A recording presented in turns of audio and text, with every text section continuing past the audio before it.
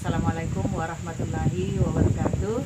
Saya Rektor Universitas Indonesia Timur, Makassar, akan menyampaikan sebuah pengumuman kepada seluruh alumni yang sampai saat ini belum diwisuda. Insya Allah pelaksanaan wisuda ke-15 tahun 2020 akan dilaksanakan pada tanggal 22 Desember 2020 di Makassar. Untuk tempat, kami masih ada beberapa pertimbangan sehingga nanti beberapa hari ke depan itu akan disampaikan tempatnya di mana. Nah, untuk pelaksanaan wisuda kali ini kita akan melaksanakan prosesi wisuda dengan cara online dan offline.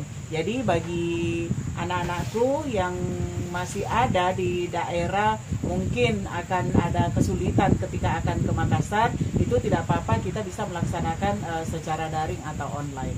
Nah, untuk yang mengikuti secara offline di Makassar, itu kami sampaikan bahwa hanya mahasiswa saja yang bisa ikut di dalam prosesi ini atau berada di dalam ruang wisuda.